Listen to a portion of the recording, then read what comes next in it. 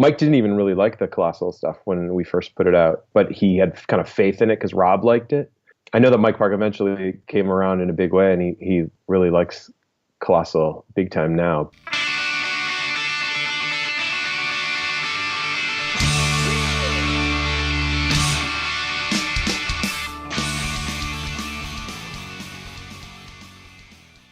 Welcome, everyone, to This Was The Scene, the podcast that takes a look back at the late 90s, early 2000 punk scene. I am your host, Mike Doyle. If you'd like to support the podcast, you can go to patreon.com/thiswasthescene, and you can support it for $1 a month. That's all I charge. And if you do that, then you'll kick fucking ass. Colossal is an American indie rock band from Elgin, Illinois. They formed in 2001. The releases are Brave the Elements, Welcome the Problems, and then they did a split with Owen. Their lyrics and musicianship display a depth much like that found in math rock. I've heard these guys mentioned a lot on Brendan Kelly's Road to the Skeleton Coast podcast, which I've mentioned many times. And so I checked them out, which is, I talked to Pat about this, and I didn't know who they were back in the day. But because Brendan had mentioned them a bunch of times, I went and checked them out, and I was like, this band is fucking awesome. So this, like, kind of breaks away from my rule of having a band start in the late 90s. But Pat was so involved in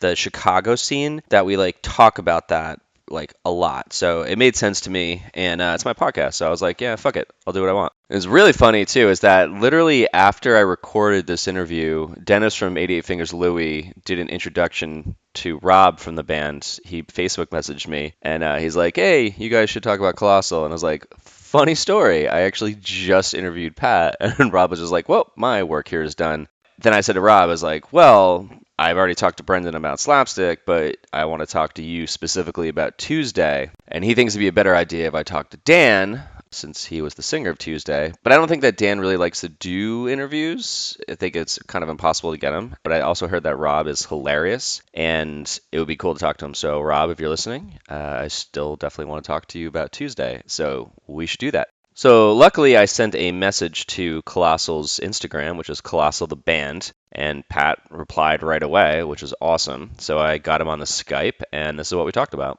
Potentially partying with him in Chicago in 2000, his band Flowers, the Elgin Scene, working for Milk Magazine, Brendan Kelly's podcast, being on Asian Man Records, the stories behind the artwork for the albums, the attire one should not wear while performing on stage, and a ton more. Another fun fact is this was recorded literally the day that the Capitol was being stormed. So we open up by discussing that a little bit, which is really interesting. Legit, that shit started going down, and we had, I think, like a 3 or 4 o'clock call.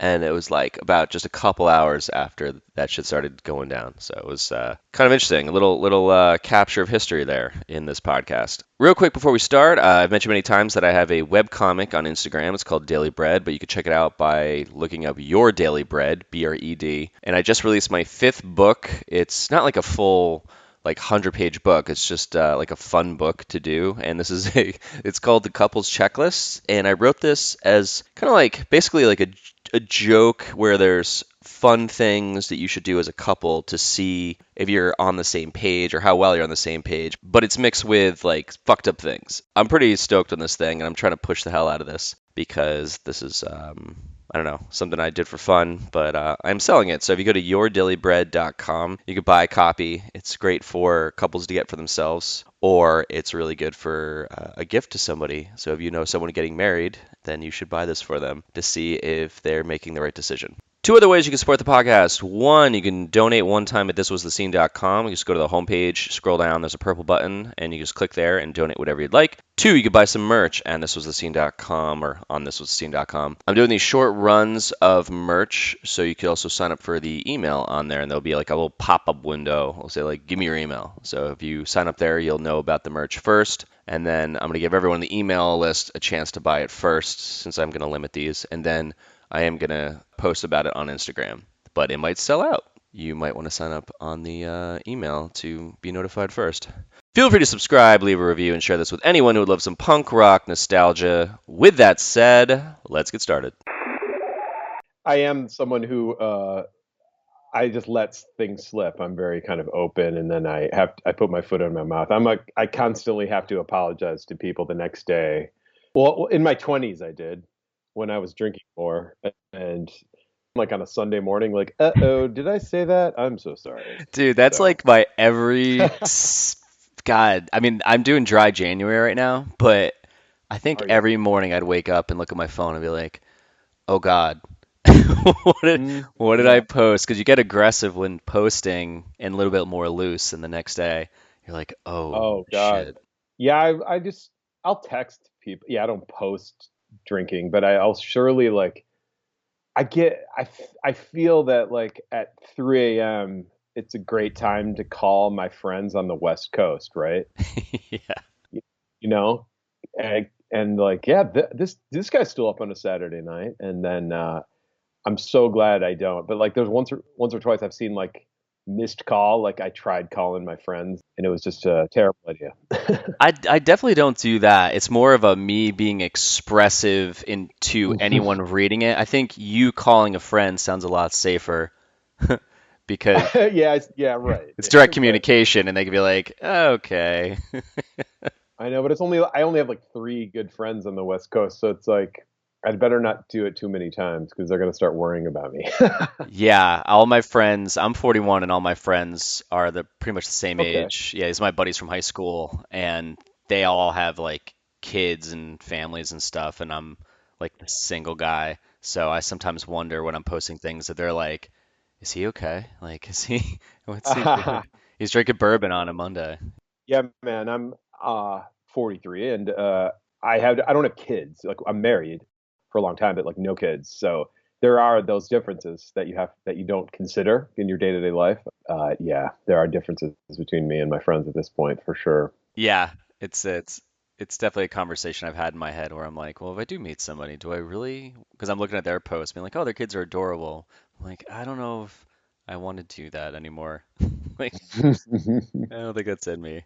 Yeah. Funny, but not funny.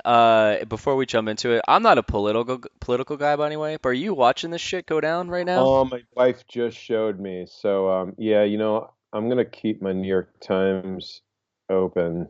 But yeah, I was just made aware of the madness that's apparently happening. Very scary. Yeah, my buddy is sending me he's been sending me Twitter posts for the last hour and I've been going to CNN just to see like if they're posting anything.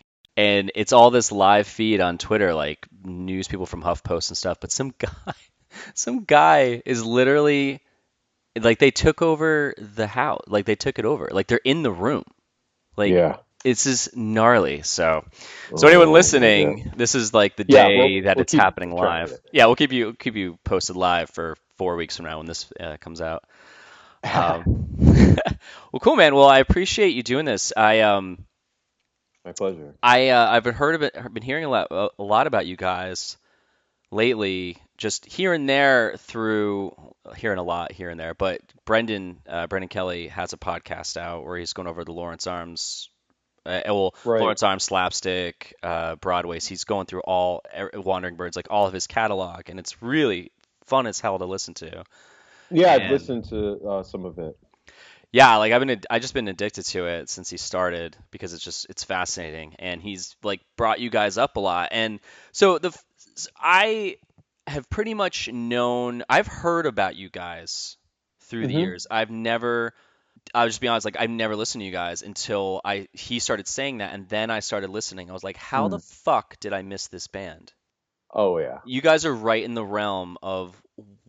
I was like, how the fuck did I never hear? And you guys went from 2001 all the way up to like, I mean, still right now, but the last album you put was Well, like 2018. Well, yeah, technically, but 2018 you well, yeah. guys did remastered Welcome to Problems, which was out in 2004. Yeah, we Yeah. just live really far apart, and we barely can play. But we never broke up, and we didn't play for like 11 years in there somewhere. And then now, yeah, it's unfortunate because I thought I was going to move back to the Midwest like 6 years ago. So we started really sort of ramping it up again. I was all excited, and then my wife got a job completely somewhere else than we thought, and that didn't happen. So we've been sort of dealing with that ever since, like this surge of potential, and then how do we have a band? Yeah, well, actually, so what I'll usually do is go back and talk about the beginning of the band, and this is actually interesting because I usually start with bands that have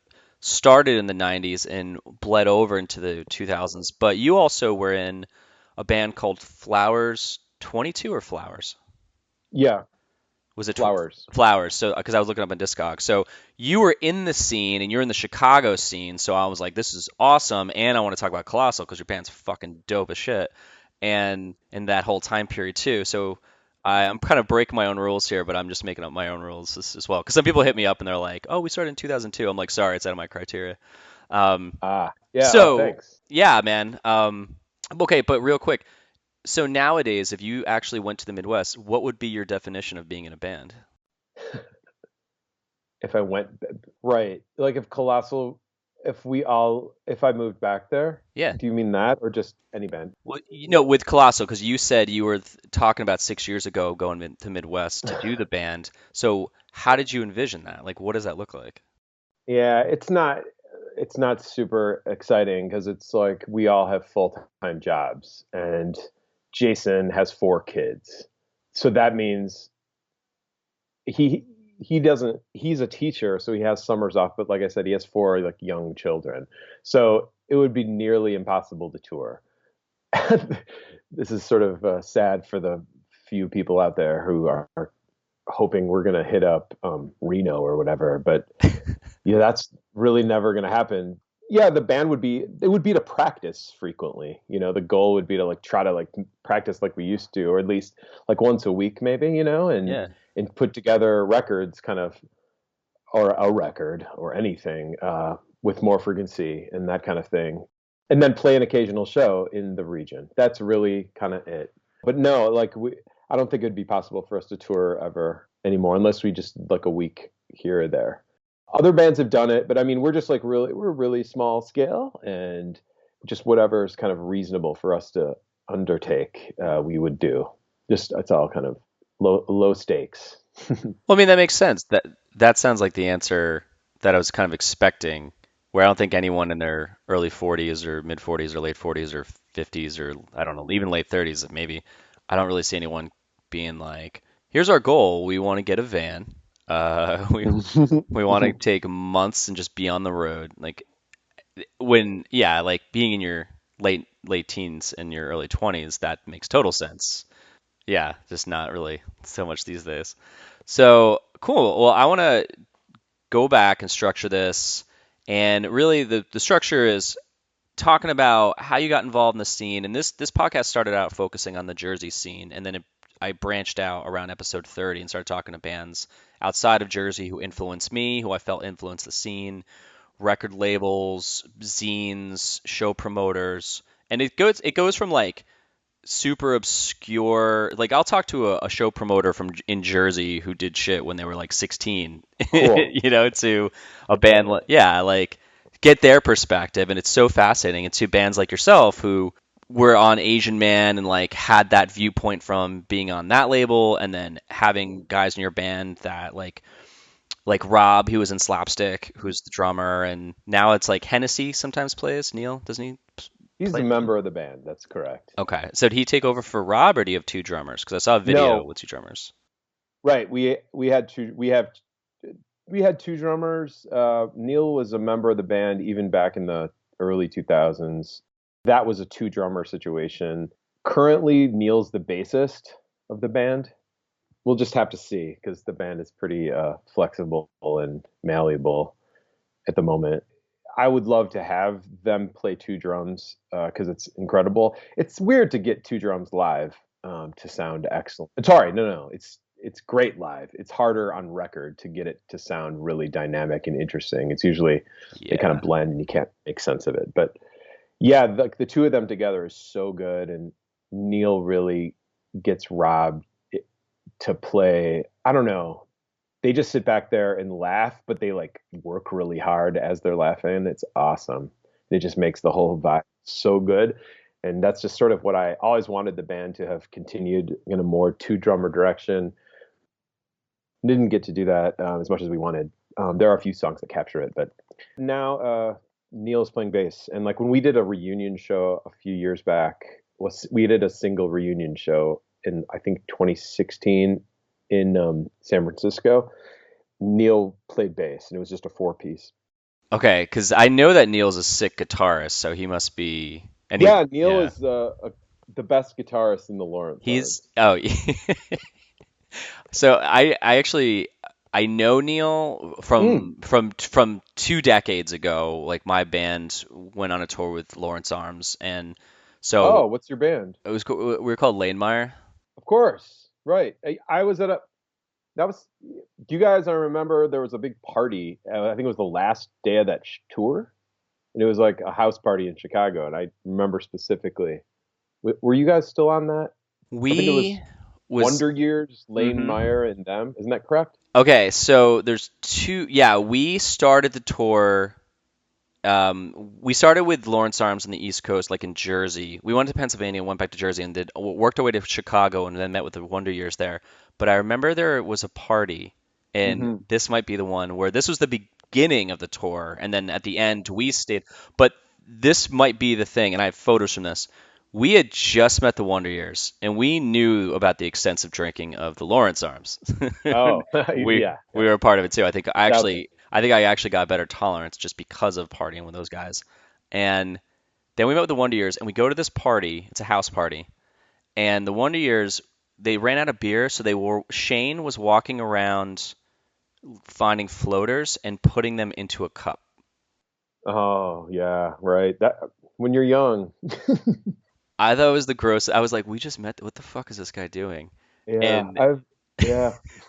That's that sounds typical. So was this just any party or was this the Chicago one? I think this was the Chicago one, maybe because also Dan the roadie put on a football or a wrestling onesie and then dove into bushes. This. Yeah.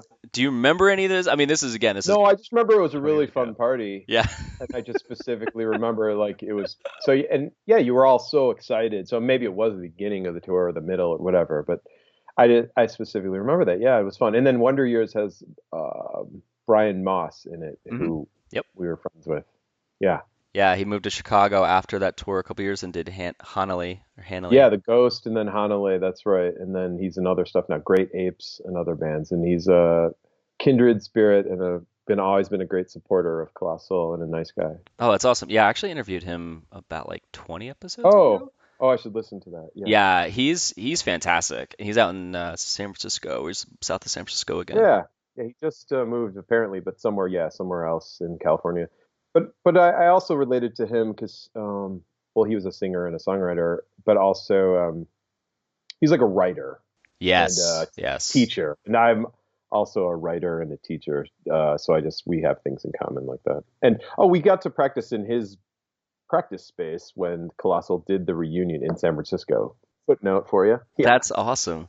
Did you ever, I know I'll work up to this, but, and I can, well, I'm gonna go back prior to this, but did you guys ever practice at the Whipple House? Um, Do you remember that this? doesn't ring a bell.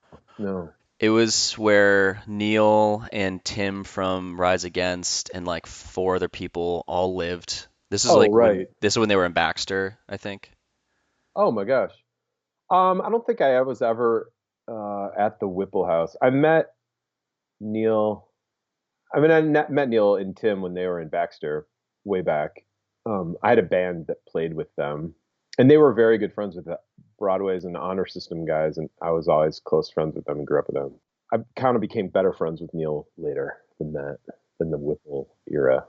So let's start there then. I think that kind of goes right to the point of how you got into the scene and then talk about kind of the beginning bands you did leading up to 2000. So like start with like, Flowers. well, yeah, Flowers. So did Flowers get you into the scene or did the scene get you into playing in the band and then that started playing in the scene? So, as Brendan Kelly has alluded to, or not alluded to, he's time and time again discussed, the far northwest suburbs had one of many suburban scenes in Chicago that was very vibrant in the early 90s. So there were lots of house shows and even shows at weird clubs and VFWs and stuff. And the guy who ended up booking the Fireside Bowl, Brian Peterson, he's from my hometown, Elgin, and he booked shows before he booked the Fireside. He booked he and this other guy, Tony Davis, and surely others, they were the two main guys who booked what we would call like all ages punk shows in and around my hometown of Elgin. And there were also lots of house shows and stuff that were going on. And like 1991, 92 is when I started going to shows. There was a really big kind of unifying show where they got Naked Raygun to come out to Elgin. That was just a huge, I don't know many people there, but it felt like several thousand. It was probably like 600 or something, but Wow. it was very, very exciting. And then this was at the same time when the Smoking Popes had formed and just started playing and put out their first 7-inch inoculator. And that was really galvanizing for my friends and me, I should say. Yeah, I think it was really seeing the Naked Raygun show, going to other kind of random house shows and VFW show. There was a big like Elgin Palooza. It was called Helgin Palooza. Okay. And there were like 6 or 8 bands, and the Popes played just somewhere in the middle. All the bands were cool. Like it was diverse, you know. It was that kind of slightly earlier era of punk where it wasn't just all genre the same.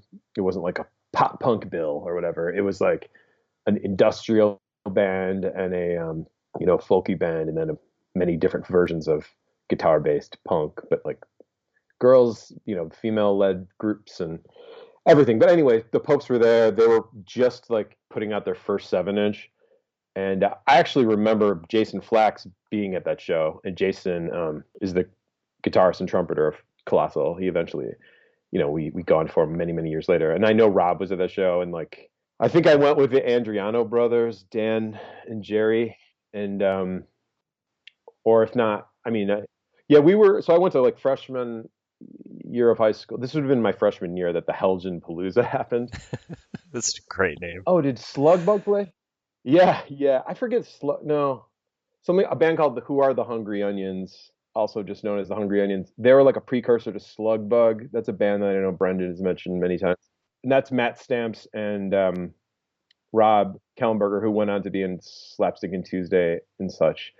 That was their band. But anyway, the precursor to that band was called Hungry Onions.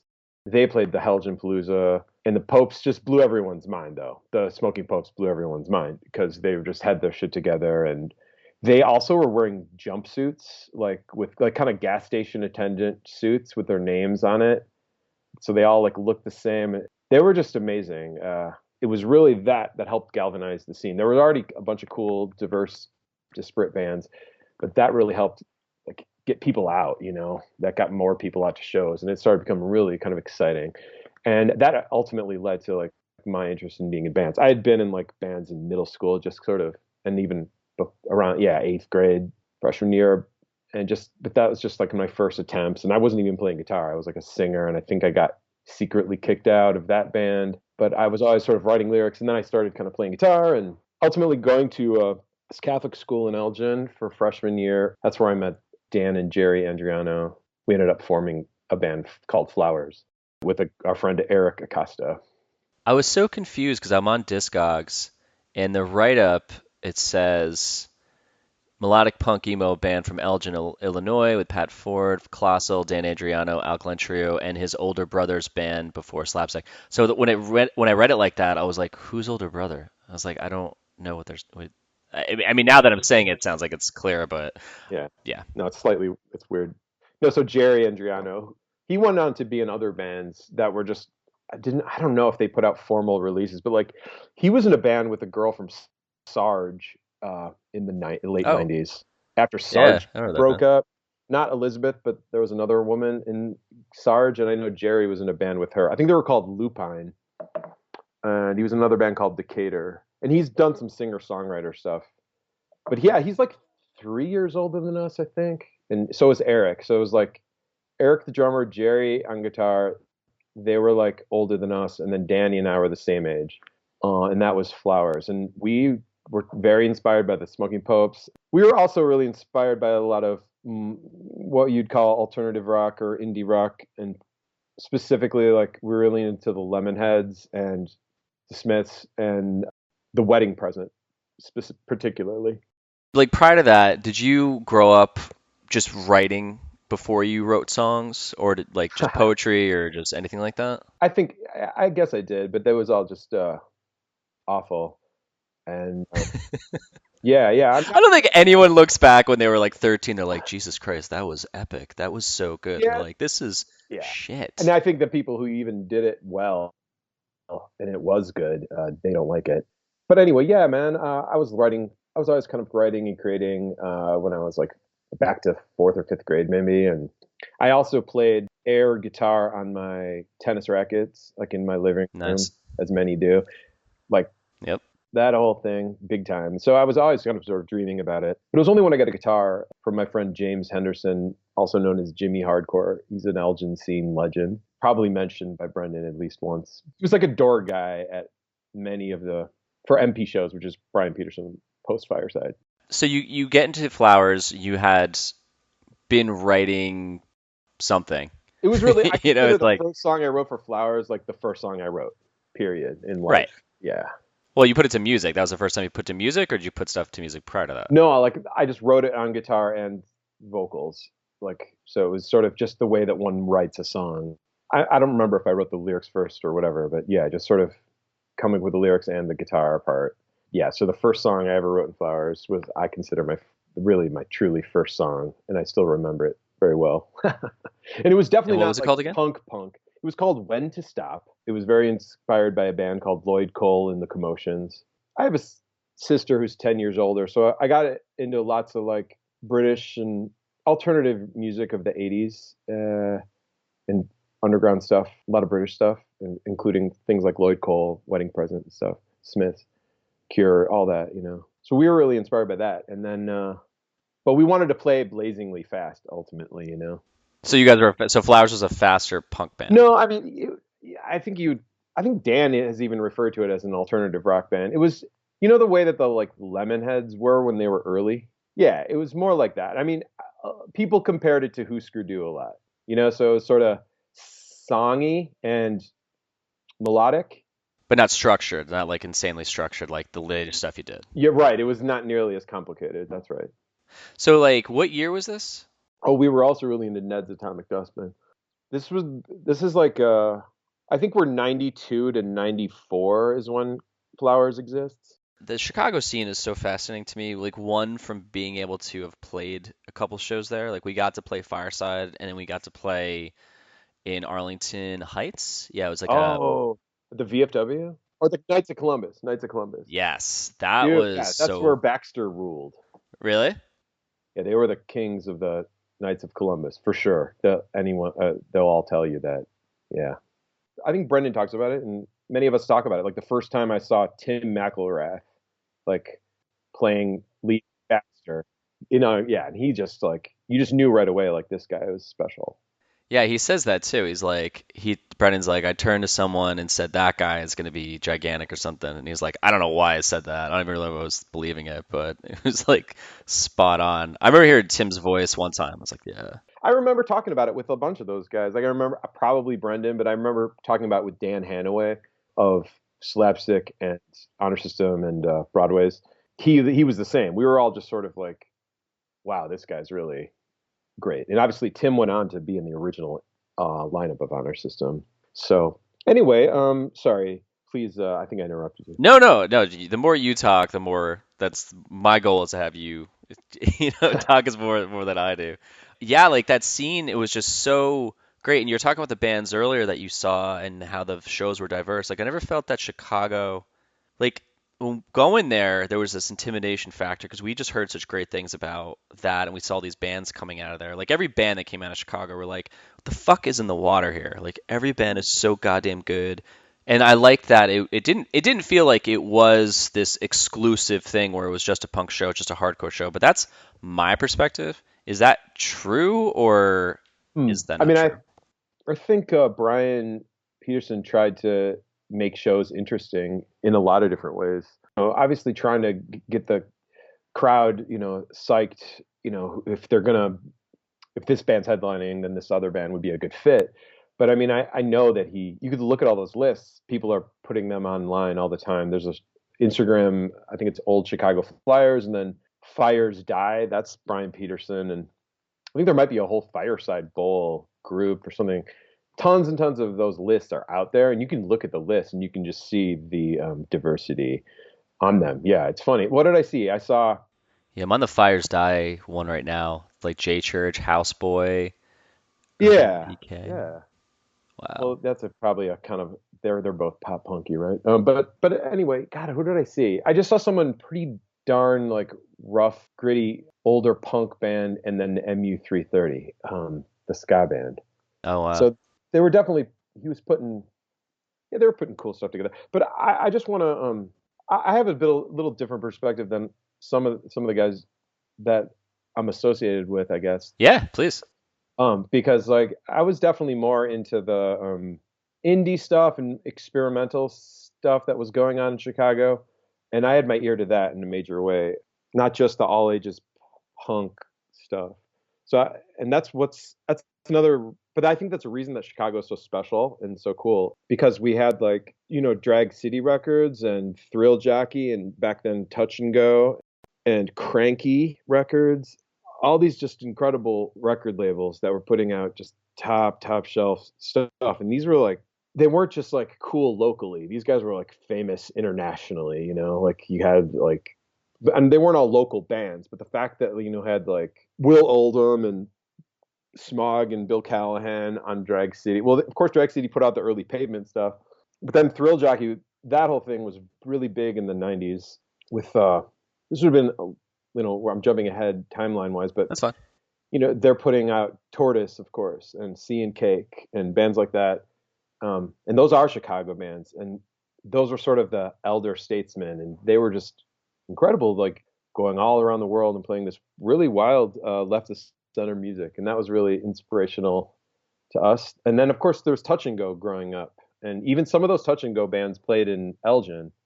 Seam played in Elgin, Hmm. and that's Stu Young from Bitch Magnet, and the original Mac McCon from Superchunk is their original drummer, and that was a huge inspiration to have Seam play in Elgin. And a band called Burnout played. They're an early Touch and Go band. The Digits, not necessarily the cream of the crop, but like really interesting bands. We had proximity to that type of stuff, so it wasn't just like Screeching Weasel or whatever, who did play out in Elgin and they were awesome. But you know what I'm saying, it wasn't just this sort of one shade. It was many different types of bands. I think at the same time though, Chicago, I just did an interview yesterday with someone and we were talking about like his band was in Tacoma, right below Hmm. Seattle. And it was only about an hour. And I was like, "Well, why wouldn't you play in Seattle a lot?" And he's like, "Well, I mean," he goes, "You're from Jersey, you know what a bitch it is to get to the city." I was like, "Yeah, you're right." There was this weird, I mean, Jersey to New York City, there's a river and a bridge that costs $12 to go over the fucking thing. So there's that. But you guys being in Chicago, like Chicago's fucking gigantic, and so I feel like that adds so many more people, to make more music, and it seemed that all the shows were either outside in local shows or you guys went to the Fireside or the Metro. And the Metro is where I think that's kind of like where you made it basically, right? Oh yeah. That like only the bigger bands, but that's not true. I mean, it depends on who the promoter was. Like they were doing kind of weeknight shows. I know in the 90s and early 2000s. Yeah, but those shows suck. Those are like, But those don't have the big crowds. Like you have this giant venue and it's such a waste for just 20 people being in front of you and you're like, it's cool we're playing here, but I want to play here and feel that crowd that's packed in here. yeah, I know, yeah. Then those like the guys who like like Brendan and the Lawrence Arms and Alkaline Trio, those bands, they sort of climbed the heights to do that. And Smoking Popes, they became total regulars at the Metro. Yeah, that's right. But yeah, Chicago's huge, and we were from the suburbs. And back when we were in high school, we were playing shows out in the suburbs, and we were pretty far away, like 40 miles northwest in Elgin. And also north of us, there's a scene that really the Popes and the Trio come out of, which is Crystal Lake, Lake in the Hills scene. Like Glenn Porter, the original drummer of Alkaline Trio, he had shows in his parents' garage, which were very well attended and really fun. and a lot of those, like the Popes would play up there and other bands. Yeah, Groovy Love Vibes, and my favorite Tommy Rot, which was Glenn's band before Trio. Anyway, so there was that scene, which was like even 15 miles north of Elgin. Then there was like the Schaumburg centered scene that was like Gage and Captain Jazz and Sidekick Kato and bands like that. They were existing at the same time as the stuff I'm talking about in Elgin.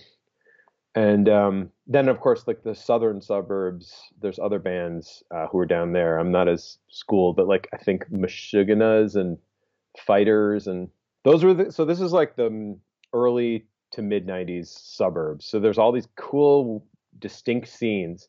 But I think then everyone sort of starts moving to Chicago. Yeah. You know, everyone started moving to Chicago, as well as Brian Peterson, who booked a lot of shows in Elgin. He starts booking shows at the Fireside Bowl in the Logan Square neighborhood. And that really kind of brings the suburban scenes, it kind of unifies them into this one place. You know, all the scenes I just mentioned, Yeah. they all come coordinated this nexus point of the Fireside Bowl. I don't know the year he starts, but it's like 94, I think. I don't know. You could look it up. That's what really creates this really cool thing. That's such a good fucking Yeah, that point. kind of brings people together. Yeah. There are other venues and everything, but they're the best because they were seriously having shows every night, man. They were having shows 5 and 6 nights a week. And like I know that I could come out like my senior year in high school, for example, when like I was trusted to just kind of go, I could do that if I wanted. Yeah. I would go, you could go to the city and be like, well, let's go to Fireside. There's got to be something happening. And like Butt Trumpet will be playing or Yeah. Flying Lutenbacher's side project or whatever. It's Did awesome. you like? I think I asked who was it from? It might have been there was someone from. I think it might have been Dennis from '88. I might have asked Oh, this question like because they were based out of Chicago. Like, did you personally feel because you're in Flowers at the time and like you're getting you're cutting your teeth and playing shows and getting involved in the scene and you have all these fucking incredible bands around you that you're mentioning. Did you ever feel like you had to step it the fuck up to be a part of it and feel a little intimidation in that? yeah, I have a kind of a better way to put it. So yeah, so Flowers was around, and I was only 16 for our last show. Danny and I were like ages 14 to 16 in that band, and so it was very early. I definitely felt inspired by the Smoking Popes, but I still was like in over my head because I remember, for example, showing the guy who recorded our record, whose name was Phil Bonet, who's now passed, but a wonderful guy who recorded a ton of these records and these demos, including I think the earliest Slapstick stuff. Well, I remember telling him, I remember giving him the Swerve Driver Raise album, the first LP, and just saying, we just want to sound like this. And I gave him the song Son of Mustang Ford. Do you know that song? No. Well, it has this, it's a great song, and I recommend that album. But it's of the shoegazer variety, that kind of genre, but definitely heavily influenced Oh, by shoegaze. Someone Dinosaur Jr. just said shoegazer the other day, and I was like, "What?" They're like, "Yeah, the guys just sit in the front, just stare at their shoes, like the emo." They was like, "This is an emo." I was like, "This is the second time and I've heard it. That's hilarious." Well, yeah, like My Bloody Valentine and Ride and Lush and Swerve Driver, they're all part of that shoegaze scene, they called it. And this was around the same time, early 90s, but that's UK. Anyway, one of our favorite bands from that was called Swerve Driver, and we handed Phil Bonet this song, and we are like, we want to sound like this. But if you ever hear that song, it has this huge wailing single note lead going over all the verses that's like, like as he's singing, and the Flowers never did anything like that. We were just like playing bar chords and strumming them fast, and we had no idea how to like orchestrate a song, like to kind of layer it, not well, not anything close to resembling the bands we admired. So we went on to be in other bands. Obviously, like Dan gets recruited to play in Slapstick I think it's right as Flowers is ending, and I started playing with people, but I ended up just not being in any bands who put out any music.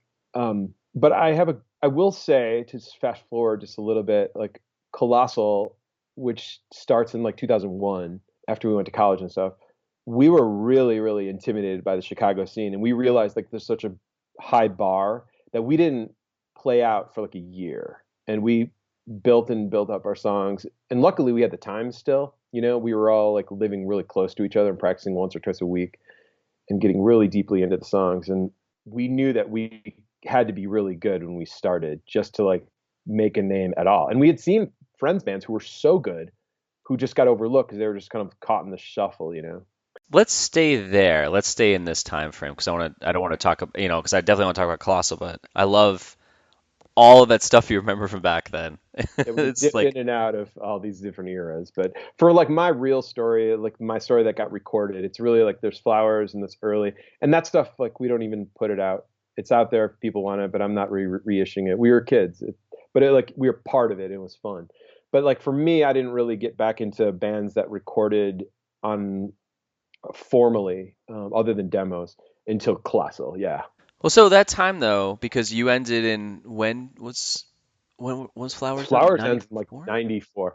And then so that's about a 7 year gap Right, right. between, and then you're also, you said 16 at this time, or you're 18? What are you at this point? Yeah, At 94? '94. I was 16. Okay. Yeah. So you're 16, and then you're 23 when you Yeah, start something like then. that.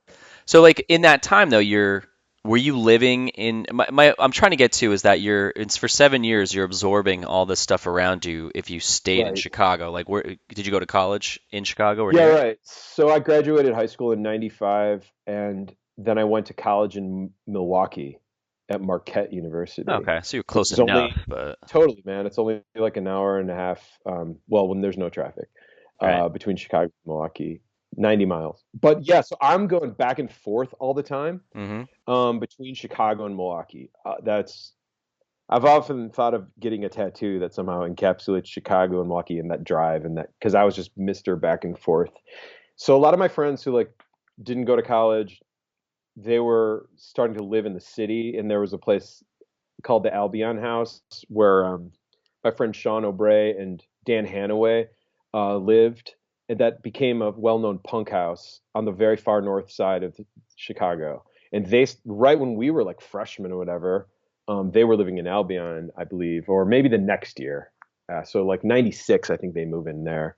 My friends and I would come down from college and crash at Albion and see shows either at their house, but more frequently just like going down to the Fireside or other random venues. But yeah, we were very involved in the Chicago scene. I had bands. I had a band called The National, which is not that National, but that dated them.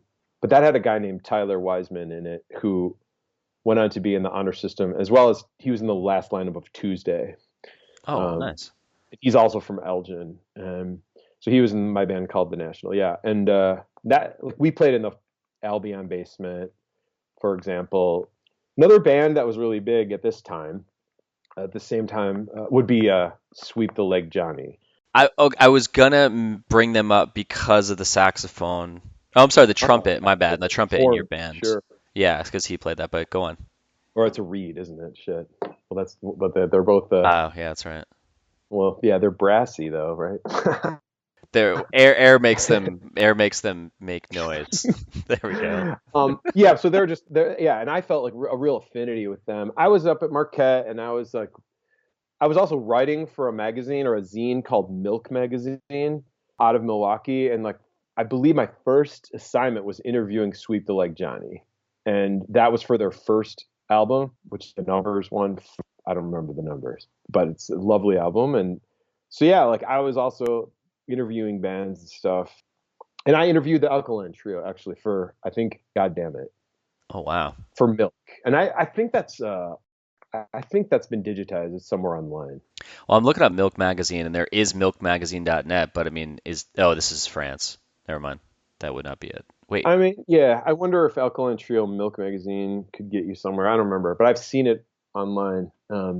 But so yeah, I was like, in addition to playing and stuff and going down and hanging with Chicago people, I was writing for this magazine.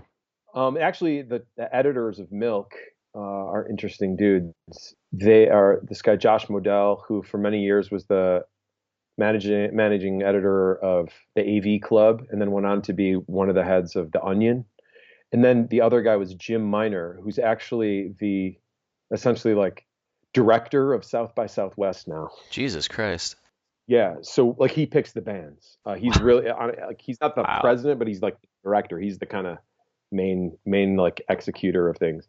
And like he had to make the call to cancel South by Southwest, and can you know because that was happening right as the Yeah. lockdown went in. That was like, there was like a week before they had to figure that out and be like, Yeah, he had to make that call. Yeah, so my point is like I luckily like got associated with really interesting, cool people up in Milwaukee. It was also right when the Promise Ring was coming out. Mm-hmm. They were very exciting when they first started. I don't know if people still talk about that, but like they were a real breath of fresh air, that band, and very influential to many.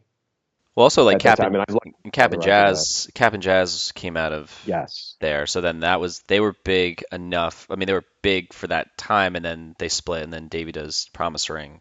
So he like was able to. Typically, like when that band splits like that, the next band, everyone's like, but it's. I wouldn't say it's rare, but it doesn't happen. I don't think as much as when someone does another band. But if yeah, you're for some fucking reason, if you're from Chicago, when you goddamn bands split and do something else, everyone just eats that shit up, and they're like, "This is amazing." And then the band is sometimes, amazing. yeah. If they're like really amazing, but it's like the Get Up Kids, they break up, they do things. Everyone's like, "This is shit." Uh, yeah, I don't know. It's weird. Maybe Chicago's big enough or something. I don't know, I don't know, man. Like I said, but something yeah, in the water. But yeah, go on. yeah. Captain Jazz played in Elgin, and I tell this in another podcast interview I did recently.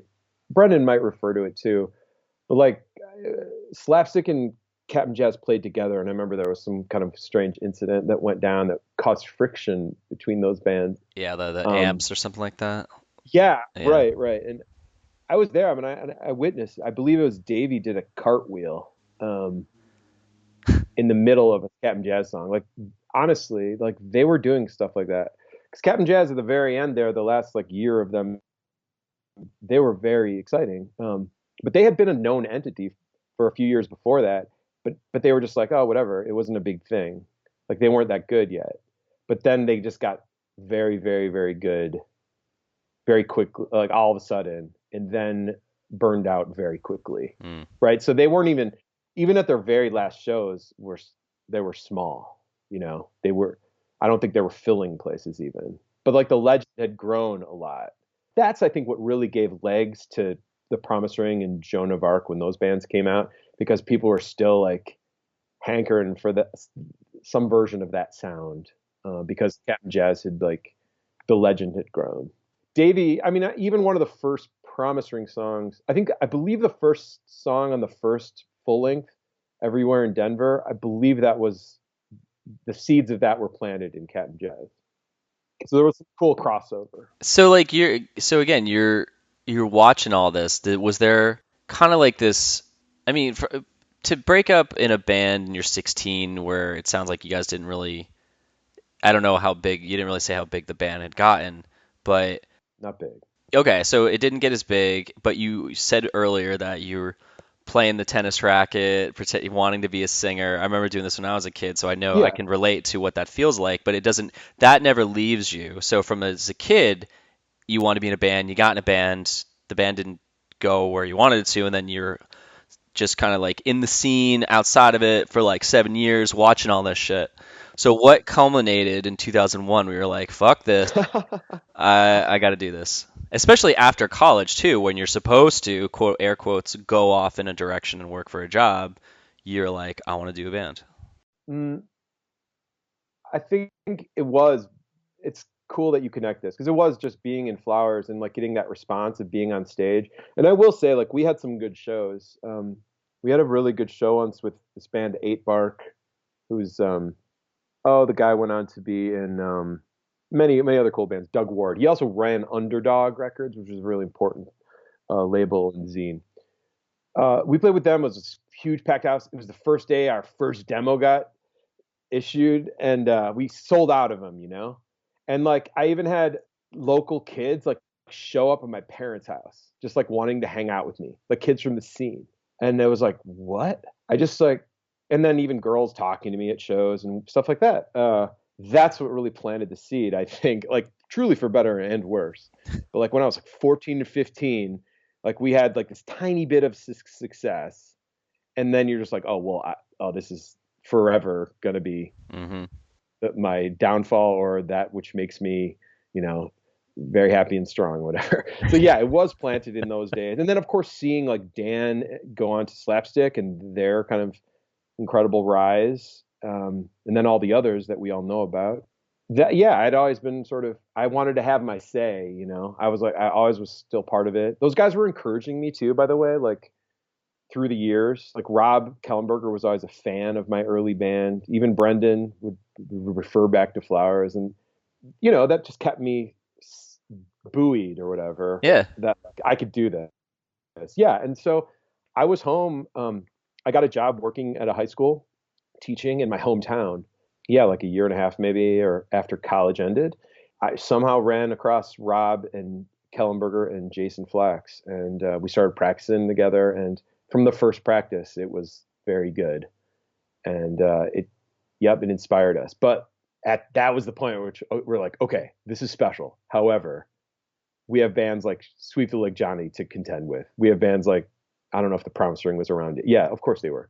Yeah, they're like, there's these excellent bands out there. Like we have to be try to be as good as that, you know? So we just like what's it called? Wood shopped for like a year. Woodshedded, that's the term. Woodshedded? I've never heard that. Woodshed, yeah. Oh, just Going like into the woodshed. whittled and just made perfection, basically, or what you considered what Yeah, you wanted right. to be. Yeah. Totally, yeah. Went out to the woodshed and stayed in there into a year until we had like a bunch of songs. Yeah, and that's and not until then did we play, but we played our first show opening for the Lawrence Arms at the Fireside Bowl. So that's interesting to me because Rob, I remember seeing because Tuesday and Broadway's toured to Jersey in like '98, and Mhm. so we saw them play. This is after Slapstick broke up, and so they went off and did their entities. And I loved Tuesday. Like I said to someone recently, I was like, if I ever was able to get Dan on, I would just want to talk about Tuesday. I wouldn't talk about Slapstick or Alkaline Trio. I'd be like, I want to talk about Tuesday. It was so fascinating. But I bring them up because they split. I think obviously, Dan was doing Alkaline Trio at the time, and he's like, whatever. I'm guessing might have been a bit of a pull to go to Alkaline Trio because they were just fucking the balls. And but then like I had heard that Rob and Matt part of the breakup of Tuesday or after was that they were like, we don't want to tour anymore. Mm. And then so I'm interested that later on, because that's like 98, 99, and then you guys form in 2001. So I'm guessing at that time there might have been a conversation of we're going to do this but we're not going to tour or we're not going to tour a lot. Like what was that like? Oh, you mean with Colossal. Colossal or with Colossal, because just having a member of your band be someone who was in bands, had yes. toured, had this great, I don't want to say fame, but Yeah. a lot of eyes were on them That back might in the day. be true. Sure, you're right, and that might be true about them not touring because they had like serious relationships before everyone else. Like Rob got married really early, and so did Matt Stamps. That might have been a reason not to tour. I also think they were kind of brokenhearted from Slapstick not quite working out. Yeah, because it wasn't their call, basically. Like I believe that's right. I Yeah. think Matt and Rob, especially, were like the ones who were like, guys, we have all these opportunities. Why are we not taking them? Yeah. But that's for another podcast, namely Brendan's. But I also want to say, like, I really enjoy Brendan's podcast, but like, it's one story from a guy who likes to like tell stories that hit you hard, and there are plenty of corrections to be made, and as surely with what I say here, it could be corrected, but it's good to get other voices. Oh, totally. Especially when you have like 7. I mean, this doesn't have to be the Slapstick episode, but like, it's really the interesting thing is, or the thing I'm trying to tie together is that when you guys start the band and you woodshed Yeah. it for a year, within that process of becoming, okay, well, let's fine tune everything, but what's the conversation of, all right, when we get this shit to work, what are we Yeah, gonna do? great question. Yeah, I was trying to make my way there. We were teachers. So the band when we started were three teachers and then Rob Kellenberger. And I don't remember what he was doing at the time. He was like a waiter or working at Circuit City or something. But I think Rob at that point was ready to tour, I believe. Interesting. Um, but the rest of us were all teachers, so we essentially couldn't do real touring except for the summer. And so we did end up doing like a summer tour opening. Oh, and this is when we went to Jersey. We ended up doing, I don't know, 2 weeks with Lawrence Arms and None More Black, Oh wow. uh, who are ex Kid Dynamite from Yeah, Trenton. I fucking love that band. Yeah, and those guys were great. And Jason was really nice to us. We got along with him really good. And we stayed at their house in Trenton, for example, and played a cool sort of BFW style show there that I've heard was videotaped, but I've never seen the results of it. But I would love that if anyone's out there who can locate that. But yeah, we actually did end up touring, but it was always just short tours. It was always just like week or 2 weeks. We did do some sort of like scrounging DIY tours, but those were tough because we weren't very well known. We had some records on An Asian Man, but we were this sort of black sheep band on Asian Man and only touring in the summer. And summer isn't good for touring traditionally. Really?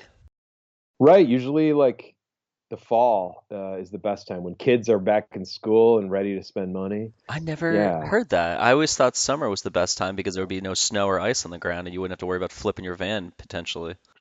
I guess that's true, but I guess I've heard I've heard of that summer is a little light when I'm talking Huh. to my friends, the more successful bands. But Okay. Yeah, I mean, to get their info or feedback is probably way better than mine. Where I'm in like this small band, no one knows me, and I'm like, well, we just never had anyone show up anyway, so it's like really wouldn't matter when it was. hey, is Lane Meyer? Is that the guy from What's it called? Gaslight Anthem? Is he in that band? He was actually that last tour with the Lawrence Arms. He had just joined the band because the other singer quit, and so Brian came on, and we toured for almost 2.5 months with the Lawrence Arms. It was like like Brandon will bring this up in other interviews, and he'll be like, "That was like such a long tour," and he's like, "We had a conversation as a band, like we never want to do anything that long again." Which I think since then they might have, but it was so. That's when you said earlier at the end of the tour we're all happy. I was like, no, at the end of the tour everyone was miserable because we were so I fucking see. done. Yeah. But yeah, Brian was in the band. Him quitting kind of like broke us up. It's just because I was so sick of losing members.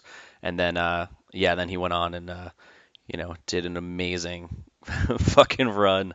We're still doing it. Well, Yeah. cool. Yeah. Yeah, I just wanted to, so I didn't forget it. I know that my friend Scott Anna, I believe he's road managed or tour managed or something, the Gaslight Anthem, and he's the drummer of Sweep the Leg Johnny, and he was also the tour manager of Alkaline Trio for a while. He might have met Brian because we played with Link 80 and Sweep the Leg Johnny in Denver in 2000 when we were on tour. And Hmm. yeah, because I was talking to Adam from Link 80 because he posted a picture the other day of Matt, their guitar tech or roadie, who was initially in Link 80. He's wearing a Lame Iron shirt. And I was like, holy fuck, that's from that was right after that tour. So we had Huh. all made connections that like Brendan met Brian on that tour, and then they stayed friends after that, which was funny because on that tour they were not friends. They were enemies, but I don't remember them ever fucking really talking. And Brian is like he was like a weird fucking dude back then, so it was just funny to me this relationship that built later on and the way they talk about it. I was like, you guys never fucking talked like that much. I don't remember. Talk about like two Who knows? sides to the story or whatever. Sure. Yeah, but he might Yeah, have I met don't the know when guy. they met. Yeah, he might possibly from that show, but it was so brief. But yeah, Yeah, I just wanted to put that out there, just kind of the worlds collide. But oh, it's funny. anyway, yeah, we were definitely a band that just wasn't. We were never built to do huge tours, so we tried to like play shows and play tours that were higher profile, So we got the opportunity to like open for Lawrence Arms a few times, and we did some opening up for Alkaline Trio, just because these are just our old friends from honestly from our high school days that we just maintain really close friendships with. But it was weird because we were stylistically different than them. definitely. Like you guys have like I would say like an American football like it's like mixed with braid. I don't know. Like I hate doing that comparison. It's like when someone shows you a band, you're like, "Oh, it sounds like this." It's like you're just basically trying to contribute just because just because and just being like, "Oh, they sound like a really good band." But the technical side of it, you guys, I'm kind of going against what I just said, but yeah, like you're very instrumental. There's a lot of instrumental stuff going on in the background, and Yeah, that was that woodshedding. that was the You know, woodshedding, just yeah, fine honestly, tuning. just getting into the details, really into the details. I think we just liked it. You're right, and that's one reason earlier I was bringing up the all those different labels from Chicago and the different angles that were kind of beyond just the youthful punk scene, because there was this really rich scene of people kind of a little older than us that some of us were really really into, and I think that stuff was really influencing us as in Colossal as well. Not just the kind of punk stuff we grew up with, which is inevitable and part of our DNA, but we were taking on these new ideas that were coming down from people like on the Touch and Go label and Thrill Jockey, Drag City, etc. So I got a couple questions that popped up, and the two they don't really bleed into each other, so I got to remember the other one. I got to write it down. But the one thing is that coming into 2000 early 2000s is when everything starts to do its shift to the next scene, right? Like Yeah, yeah. early late 80s into 90s was that scene. Then it shifts into like early 90s into mid 90s, and then that evolves into that thing that I was in from like the mid 90s into right in the beginning of the 2000s, where that's where I lived, and I loved that era. That was like my golden years of the scene, I guess. But It was then big for me too, man. yeah, so okay, so then you coming from that perspective and that attachment to it, and then starting off in 2001 where things really start to just turn into a fashion show, fucking AP magazine becomes Tiger Bee, and like, Hmm. it just becomes the money. You clearly see that labels figured out that money's being made, so they pour it in and they make it this thing. For you guys to start there and then to start at that point from the beginning of your band, even though you had been in the scene and had tasted, been a part of it with your band 7 years prior, for you to start there and move forward, like what did that look like for you? It was pretty desolate, man. It was a weird time to be a band like ours at that time, and I think that's one reason we weren't successful, along with not touring that much and not promoting ourselves. We were interested in being mysterious and cryptic, and this was when it was turning into the era where you being mysterious and cryptic would just get you forgotten, not be kind of esteemed and cool, you Interest. know. I've never heard it like that. That's a fascinating way to put it. Yeah, that Well, makes because we were total always sense. interested in bands like Joy Division, I don't know. There's so many cryptic like Hoover. I don't know. There's a lot of like weird cryptic bands out there that were very important to us. So I always liked stuff that was sort of very subtle. But yeah, we were subtle in an era when people just didn't give a shit about that. Yeah, you're right. And I believe this was when I'm guessing the My Chemical Romance and all of that starts rising. And you're right. And you're right to bring up the Braid and American football because I guess you could look at Colossal sort of as peers as those guys, but we just were sort of didn't really form until later, and we had subsumed different influences past that stuff, which we did like. We were sort of continuing on in that sort of Illinois particular type of punk tradition. I think we were just sort of continuing that style on a bit in our own weird version of that. And there was very little else like that, even though maybe some of those bands were still going on. I don't remember, but yeah, it was a weird time, and it wasn't particularly fruitful for us, and that's fine. But we did what we wanted to do, and it was. I'm proud of the output, but yeah, it didn't like get huge or something. But we weren't writing pop hits either. I mean, that's a great point. Do you think that if you guys would have started, I mean, again, this is a guess, obviously, but and you could say you're gonna say however you want, but do you think that if you guys had started in like say 97, 98, that you would have had a better chance? Well, sure. Just not better chance, but just like maybe been more accepted, other than the way that you think that you were. Well, gosh, if you could take the like fully formed Colossal and put it out in that year, yes, I think it would be successful because it was good. But like we didn't get to that point without having been through those the rest of the '90s, you know. Yeah.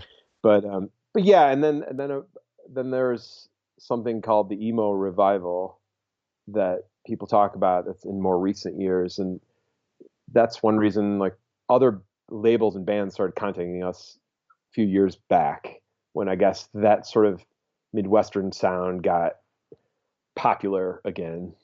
And like we would that's when we got contacted by people like Top Shelf Records and Count Your Lucky Stars and getting referenced in interviews by these younger bands, which was cool. I was happy to hear that. I haven't heard most of the stuff. It's not really my thing, but it was an honor that kind of came around again.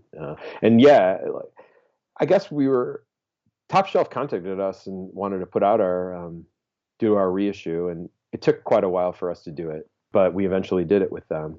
So we're sort of associated with that to a degree, I guess. Yeah, I just like to kind of mention certain bands and eras that I think need more airing. I am a librarian and an archivist, and I'm really interested in sort of preserving this stuff for posterity.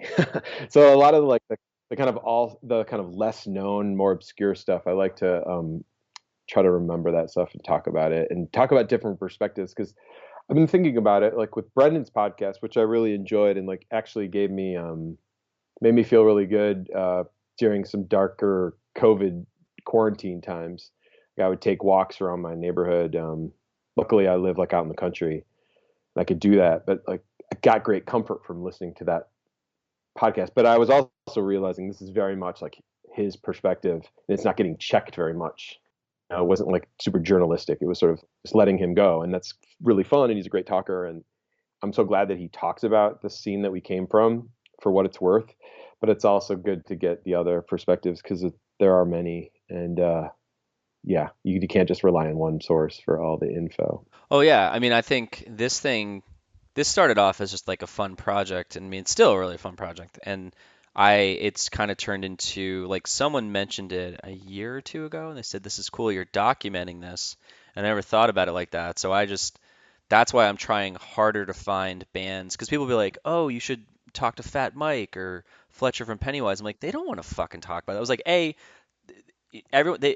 they've talked in length or whatever the phrase would be, and B, like they're just sort of repeating the same shit. I was like, I want to find people who actually haven't done as many interviews, and some people I've talked to, they haven't done like any interviews, and I'm like, that's what I want to find, because it is like it is being cataloged, and I love that. So yeah, like when you talk about bands and throwing their names in there, that also strikes up, raises like a flag to me to go, oh yeah, I remember that band, or I remember that name, or I don't remember that band. Now let me research them and see if anyone from anyone from their band is available to talk, and it kind of Oh, creates this whole love it. thing. Yeah, so I try to do that as much as I can. I think that's awesome. I'm really interested in sort of preserving this stuff and you're shedding a light on it in a very robust way, you know, and not just letting, yeah, not, I just don't want it to be some monochromatic thing.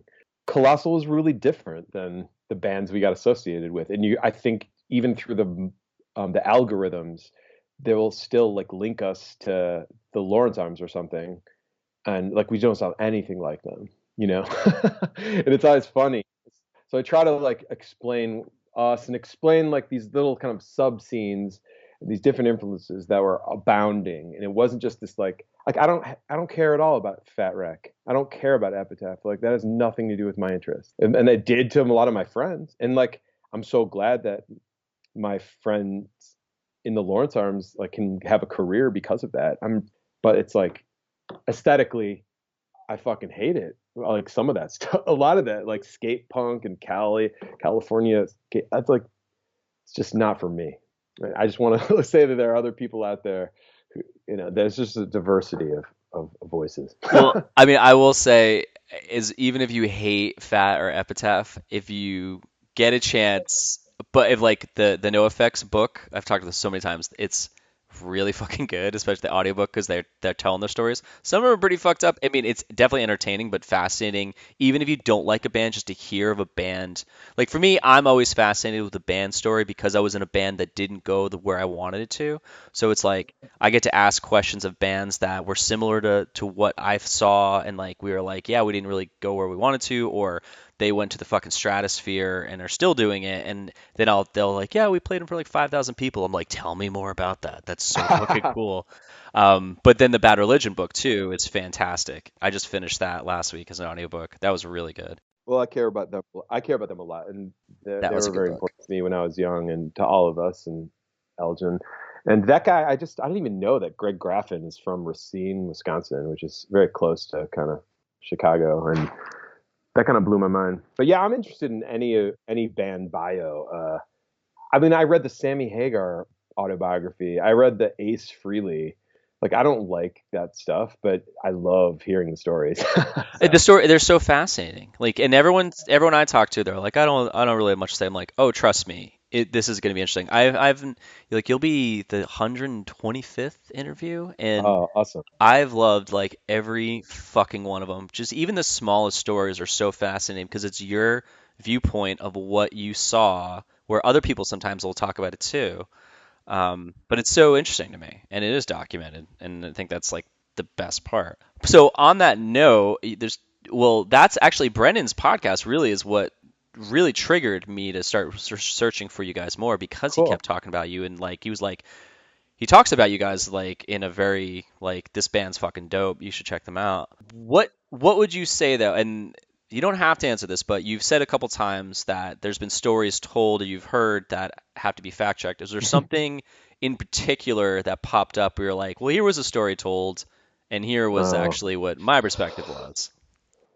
I wish I could. I don't really know. Brendan is a fabulist. He's there to like, he's there for the mythology, and like, if the facts kind of don't play to the punchline, like they sometimes get altered. I don't think he would disagree with me by Yeah. saying that. And so, and he's really good at engaging at telling a story, and he's smart and everything. And I don't think he does it on purpose. But I would just say that this sounds really good, but it's just not always quite right. I'm sorry, I don't have any. No, that's totally. I mean, it It was would just take me some time to go back and listen. I mean, I was just correcting him on little details. Like he would say one person owned this record label, and it was like, no, it was actually this kid who did it, or this guy was in the band in this year, and it was like, no, he was out of the band at that point. It was actually this other person, and just things like that. But yeah, and he'll definitely call himself out too. Sometimes he's like, look, I could be totally fucking this up, and you're like, yeah, probably. Like I yeah, do the same absolutely. thing. I do that all the time. I think he's gotten so good at that. Yeah, I mean, he's a dad. He's got two kids, and he's been put through the ringer about just. I think a lot of it's a big a wake up call to more humility being a parent, or sometimes it's the opposite, and people become horrible egotists. But I think he's become more humble over the years, and you can tell in that podcast. So no, I enjoy it, but yeah, again, uh, multiplicity of stories is critical to documenting a more accurate history and story. Yeah, So this might be such a stretch for a connection from that to this, but I think it might work because you were friends with those guys back then. You played in 2001 with them, but obviously the connection here. This sounds like such a like a radio stupid way of doing this. Like, hmm obviously Asian Man was such a part of that, but like in Asian Man for some reason, like Mike Park, he gets involved with slapstick. His second release, I think, ever after Less Than Jake or after Skank and Pickle. I forget what was the second. He like he told me about it, and I should go back and listen to the fucking you're right, episode. right in there. Something like Yeah, it one was of like the those. Yeah, second one. So then it's like then they disband, and then it's like Broadway's and Tuesday, and then they disband, and it's Honor System and Lawrence Arms, and then Rob, obviously being a part of Slapstick, was he part of? Was he the connection to talk to Mike Park about releasing your guys' first record? for sure. Yeah, yep. We were interested in trying to be on a different label, like a more indie kind of label, and we didn't try very hard. And also, it wasn't. It just it kind of couple times we tried to connect with different labels. It didn't work. So we knew that we could do it with Mike because Rob still had sort of for a while, most of those guys had like a pass. Like anything they put out, Mike would put it out because the bands, well, at least Slapstick had been so successful for him. He had like a standing offer. Yeah, I talk about this in another podcast, but like, yeah, Mike didn't even really like the Colossal stuff when we first put it out, but he had kind of faith in it because Rob liked it. I know that Mike Park eventually came around in a big way, and he really likes Colossal big time now. But we even played as his backing band on his second record, Mike Park's solo record. I don't know Oh, if people wow. know that. I Yeah, I thought I read that somewhere. Like it sounds familiar, but I could be totally mixing up stories, maybe. we played out a few songs on his first full length solo release as well. Yeah, like we helped him.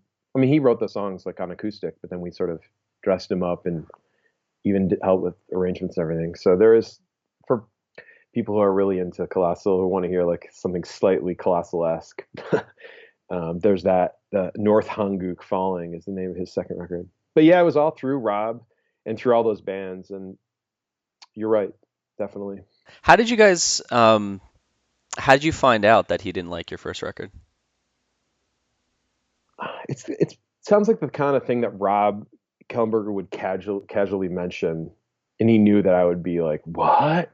But he would just, "Yeah, Mike Berg said he doesn't like us," and he likes that's sort of his personality. He likes to sort of like drop bombs very casually. Comes from a very big family, so he has this sort of. I mean, that's one reason there's so much deference to Rob by all the guys we mentioned, all the this like Elgin Scene people. Brendan and Danny and Skiba and everyone just love Rob is just such a character and he's a hilarious personality. Sounds like a great joke. I mean, it's hard. Yeah, it's explaining a joke is so funny, but No, I mean like him just being like, "Oh yeah, he doesn't like our band." Or like, "Huh, oh shit, you're serious." no, yeah, right. That's exactly his kind of humor. He would say it like with the attention of like, oh, you're pulling my leg, but no, not at all. Like he's totally serious. And, no, I don't really remember. Like, surely Mike Park is really diplomatic and a very nice guy, and who knows? I don't know. He didn't hate it, but I just think he didn't get it. He didn't have the context. The stuff that I'm talking to you about like this Northwest suburban scene and the kind of like Yeah. very rich, fertile Chicago scene. Like he was from Northern California and like deeply immersed in ska and pop punk and that. And so he just did. It was not like his reference point whatsoever. Well, it was weird though, because when I saw and I did a little research and found that you guys were on Asian Man, I was like, no shit. But then it made sense for me because I think at that point, because the Broadways and Tuesday getting on the label, that was the first time I think a non-ska band got on his label, maybe. Probably, And then probably. Alkaline Trio soon followed, and those completely went in just different. And they were Tuesday was more technical, Broadway's was just super rough and like rough, Yep. and Alkaline Trio was like poppy, but like just really catchy shit. And so for some reason, Yep. like when you got it, just opened that door to like allow for you guys to be on that label, like not allow for you to be in the label, but for connecting the dots on why you would be on it. And then I didn't even know. Like I was doing a little research today more about you, and I'm reading through it, and I was like, wait, Rob. I'm like, fuck, that's Rob from Slapstick. I was like, oh, no shit. Okay, I didn't even, Only today. Yeah, sure. yeah, didn't even put two together. Yeah, it's special. And back then, it felt sort of like Asian Men has never been like a hip label, really, and they're much more about well, like I don't know if you're hearing that. Sorry about that. That's fine. Just throw out the window. You'll be fine. It's my wife's. Ugh. Even better. So yeah, I don't know. We were just we were more indie snobs back then, and we were like, oh man, this Colossal stuff, it's good. It should be on this a different kind of label, and Asian Man isn't the right fit. Let's go with something different. But we went with it, and because it was like in our blood or whatever, and it was family a little bit because Mike Park is such a swell guy, and those guys were really close with him, and so there was a nice feeling about it. But to be honest, it's like only grown over the years. And I've now worked with other record labels, and I've found that, I don't want to say anything weird here. This is done.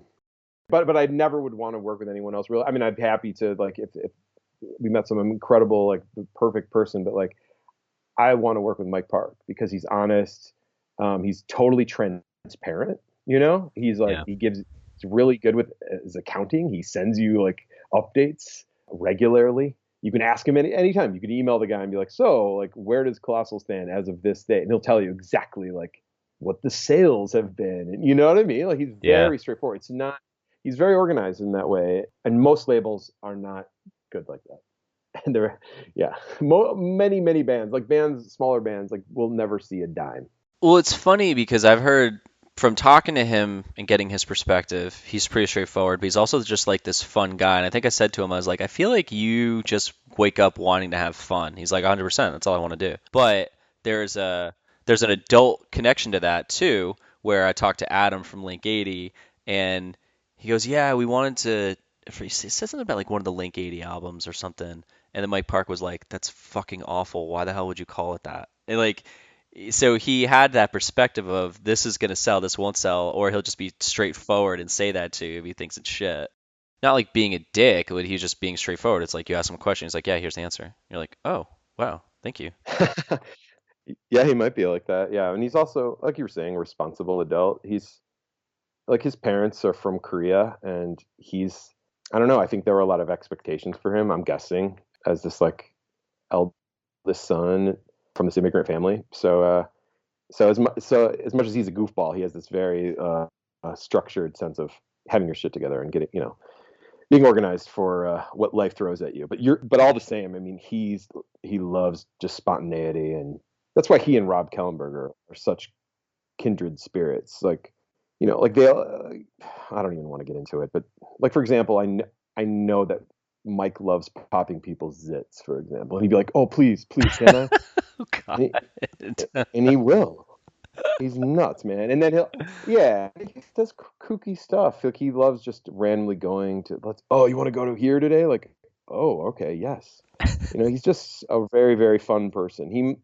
Uh, yeah, he's a lovely, lovable guy. Yeah, so I'm so happy to be associated with him. Whereas, like, I might have thought it was a little cheesy or something when I was younger. I realized, like, the I don't know. It's just, there's something very pure and true about his intentions and his execution. So I mean, I'm just behind him 100%, and that's I value that so much over like indie credibility of the early 2000s, which is just, I hate even using those kind of words. Was there I'd much indie? rather Was there any like indie have some creative? sort of like, Was there any indie creativity in the 2000s? I mean, surely not to Asian Man. I mean, Asian Man has never been. I don't think serious critics talk about Asian Man at all. Period. It's just sort of, That's a it good was point. sort of like sanctioned to like the kids section almost. I hate to put it like that, but it just seems like some sort of youthful thing that wasn't particularly artful. But it was obviously very, very important to a lot of people, and obviously, you know, bands like, the Broadways, and even Tuesday, and who else am I thinking of? Like, there are very politically engaged bands who I think changed some people's minds. Mm. I mean, Yeah. the I mean, people. I guess some people like to downplay the Broadways and their effect, but like, surely for my immediate scene, like, they were very engaged with a lot of important topics, and it wasn't always like perfectly artful, but they were really engaging with serious topics in a way that most bands didn't. So there was really something to be said for that. But yeah, it wasn't necessarily critically acclaimed. You had said earlier about like wanting to be cryptic as a band, and Hmm. the first thing impression that I got when I started doing doing some research on you guys, because the visuals that come up is the artwork, which I fucking love. Like I feel like Brave the Elements, that art, that cover, I would want that framed on my wall like gigantically because it's so cool looking. But it Awesome, doesn't. thank And you're welcome. And I think that it almost like kind of told me your guys' sound too, for some reason, Mm. which, I think anyone could probably challenge that. But for some reason, seeing that and then hearing Human Jackson when that started off, like I immediately took that song and put it into like my playlist. I was like, oh my God, this is fucking great. And I felt like the artwork, it didn't really tell me who you guys were, and it didn't show me who you guys were, but it was so fucking dope. And then the split, the artwork there, it's just like very, what's the word, abstract, I guess. Yeah. And then like Welcome to Problems with just like the birds kind of flying, but still abstract. Like how did you guys, did you, did someone present that to you, or did you guys find a designer and say like, this is what we're thinking? Um, Thanks. I did all the design for those records, Did you and really? they were all my ideas. That like, but I'm not a technical graphic designer, but I'm just interested in art and design. And Holy shit. Wait, you designed all that. no, well, yeah, I came up with all the ideas, Okay. and so like, so the Brave the Elements, the debut EP, it's actually just self-titled, but people call it Brave the Elements. Um, that cover was just a drawing from my medieval art textbook when I was in grad school for art history. It's the floor plan of it's Charlemagne's chapel in Aachen, uh, Germany. And so, but I kept looking at it in my textbook and sort of seeing the word colossal in it. And so I had my friend who's a graphic designer kind of make it say colossal even more by very painstaking Photoshop and Yeah. Illustrator work. Illustrator. Holy And shit. so I Yeah. just like looked over his shoulder as he was doing it. For example, we didn't put any words on the cover, and Mike hated that. Like Mike Park was like, "What?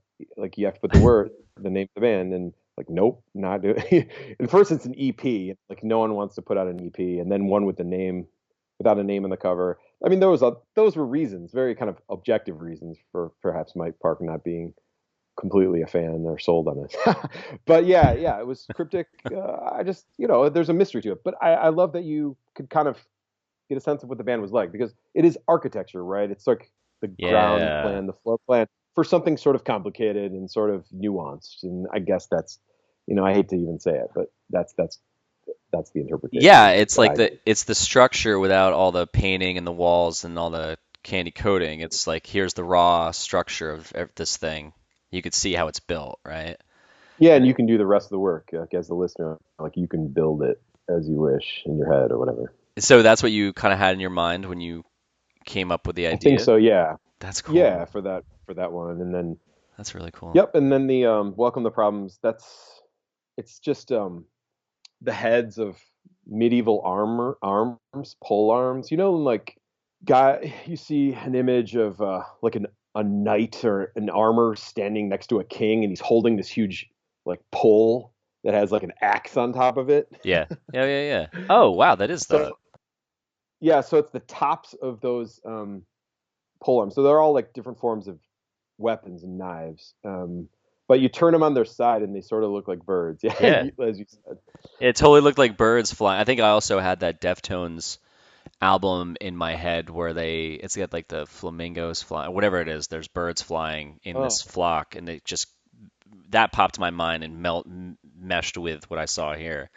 So that's how I got that. cool. Yeah, maybe it was because I heard that Joy Division did it for the first album. Like they got that artwork from just looking in some science textbook, hunting for images for artwork, and I've been doing that since I was in college. Just like letting your mind wander and like, oh, that would look good on a record or a sleeve. Actually, I had that. Moving on to the the split, the Colossal Owen split cover art. Yeah. Like I had that saved forever. I had come across that because in my early years as a librarian, I was like cataloging a book, and that was a book about I don't know. It was at a medical library, so I don't remember exactly what it was about, but the image was from a sports medicine book, I think. It's like it's like a it's like an image of people wrestling, but Oh, it's like wow, it is. but we abstracted it in a big way. And I always like I had said to myself, this would be perfect for a split single because it's like an abstraction of two people wrestling. That's so fucking cool, man. I love that. Yeah, and even as you're talking about, like, I just like, and as soon as you said two people, immediately happened. I was like, yep, this looks exactly like that. That's so cool. So wait, so Well, the the secret's out. The yeah, secret's out now. thanks for ruining it for me. Wait, so then that's right, because the orange guy, he's kind of like above, and then the pink guy is like putting his shoulder into him. Oh, that's so fucking cool. I love that. Were you bummed out that you had to put the words on both of those albums? We were with Welcome to Prom. That's right. He did force us to put words on Welcome to Prom. That's true. Like, It looks like an afterthought at being on the cover. I'm not gonna lie. oh, Now that you say that, it does. Prior to that, it didn't. But the fact that you said that you didn't want to do that, it does. It's almost like a, well, fine, fuck it. We're gonna put it right in the middle of the image. oh yeah, yeah, yeah. Alas, yeah, it's correct. We didn't want to put it. But then I already knew well enough that he would want it for the most that recent split. So I just put it on there. But we put it on there kind of subtly. Yeah, that's like just kind So of up in the corners. I'm not against words on covers and I'm a graphic designer. Like I do animation and graphic design. That's like my full oh. time. Yeah, that's like my freelance gig. And um, w- I'm like, I love my clients, but as a designer, I know what it's like to you're doing one thing and someone tells you to do it, and you're like, that's gonna look. I don't want to do that, and they're like, fine, and I just do it in a certain way out of like spite. Like, Yes. fine, I'll just Nope. fucking put it like this. Like last year, I had the comic I was talking about. This like I draw every day. I had them hanging up at this coffee shop without frames, so that they'd be hooked up. And they're like, "Oh, people have been complaining. Can you get frames?" I was like, "Fine." And I got like white frames because everyone always wants like the black frames because I was like I got white ones just to spite the people who wanted the frames. I was like, I got them this way because no one buys frames like this. So fuck those people. So yeah, so that's all I get. But No, it's yeah, cool to hear your side because I feel like I was forcing the hand of the guys who were helping us with that artwork sometimes too. Like because I couldn't execute what was in my head, and I would just be looking over the shoulder. And I think sometimes they wanted to do more creative work, but they were really sort of just like under my direct orders oh for those yeah. records. When you said you were like over in the shoulder it, I was like, oh my God, I would have taken a shotgun to my brain I'm if so someone sorry. was I over shoulder know. me. But it came out fucking dope though. I mean, Thank you. And like for example, the split 7 inch, that was totally a different color scheme that I gave the guy, and it just didn't look right. And then he just started. I'm like, I don't know, man. I don't know what to do. Like, and he's like, let me just try things. And he did like 18 different versions of what it could be, using kind of the basic palette that I gave him, and then we settled on what we did. And that was not the original intent. So there was some influence by him, and he did make some input, but the other records that was like all me. that's so and, cool. and me like forcing the hand of the designer. So I do feel bad. And that was also in the era where like you could get friends to do their professional work for you for free. Uh-huh. Oh, you could still do Because you're like that. in your Oh, early oh, 20s. people still will do that with like new designers. It's Oh, so easy to get that to do that because I mean they also need to like they need to get better. And the more work you do as a designer, the better. It's like music, right? You guys started off. You're 16 years old, or prior to that, you're writing lyrics or words. You're writing your thoughts out as a kid. The beginning stuff is just going to be shit enough unless you're Chris Conley and you're in Saves the Day and like you do like your second album and it's great. I mean that's my perspective. But it's like you have to start somewhere and you have to have a reason to do something. So it kind of is like this balance of, well, you're new to this designer, so you have to kind of throw yourself out there to also know what it's like to have deadlines and critique and build that muscle, and then you can start really charging when your stuff's like good or you figured out your shit. But that's my take on it for anyone I'm listening who's glad a you designer. got there. I'm glad you got there. And I'm sorry you get exploited. No, I just do. You say, I've exploited people. people ask me to do design work now, and I'm like, nope, I just do it for myself. I just animate shit, and they're like, oh, okay. Yeah, I was like, yeah, I'll do that. All right, so before we go, how did the band? Because everyone always wants to know this, but how did you guys finally just say, all right, we're done? Well, no, you didn't. You didn't quit. Well, what Yeah, caused no, the no. 7 year gap or 11 year gap between? Yeah. Yeah, the 11 years, the beginning of the 11 years. Yeah, it was a major flame out. The core of the group had always been Rob and Jason and me. Jason, as I was saying, we didn't tour very much. We were teachers at that time. Jason still is. And Jason actually took a year sabbatical to dedicate to Colossal. We ended up being able to tour more frequently. Oh, this is when I had left teaching and I'd gone to grad school, and that hence all the like art from like art history textbooks adorning our album covers. Yeah, and we did some touring, did our best, and it didn't explode like we'd hoped maybe. So Jason went back to teaching, and he ultimately said, hey, I'm going to bow out of the band and focus back on teaching. And so he left the band. And remember, he was like the other songwriter. I'm the kind of, I guess, I write the most songs for the band, but he also writes a handful. And he's critical in the sound, and he plays trumpet too, which we have frequently. Yeah. And so when we lost him, like we kept playing, and like Eli Caterer rejoined the band. He had played on Welcome to Proms. He of the Smoking Popes. We kept playing for quite a while, and we'd only practice like once a month, and just things weren't rolling, and we weren't writing. The songs just weren't coming together very quick. So we ended up just like fizzling by late 2006, early 2007, and we didn't even play a show without Jason at all. Couldn't get our shit together. We still, like, Neil was still playing double drums, and it was cool. There's some cool practice tapes from that time, but nothing came together. So that was it for us. Yep. And Neil kept on playing with Lawrence Arms, but the rest of us sort of went deeper into working life and adult life. Jason had children. But yeah, the Asian Man, I forget, it was the 20th reunion anniversary or something like that. Yeah. 15th or 20th, I forget. They Mike asked us to play. Well, he asked us to play the 15th, and we just couldn't get together for that one. And so when the 20th happened, we said we had to do it, and we did it. It was around the time he asked us, maybe, was the same time that I thought we were going to move back to the Midwest. We've been on the East Coast for a while. So I went out to the Midwest to practice a few times with those guys, and we actually made some demos, but then, like I said earlier, it fell through, and we, instead of moving to Chicago or Milwaukee, we ended up moving to Maine, even further away. Equal temperature. Oh God, yeah. Equal cold. Not lovely temperature, but beautiful. And we were on the coast, gorgeous. And I miss Maine in certain ways for sure. Yeah, so just things haven't really gelled for us. I go back to practice every few times a year, and I know now Neil lives in Los Angeles, and I know he comes and plays with Jason and Rob sometimes, and we make tapes, and it's just not too much is amounted of it, but there are a lot of songs like in gestation for the band. So we do hope to put it together one day. I'm done promising things, but it would be a great loss personally if I was never able to. And I think it'll be worth it.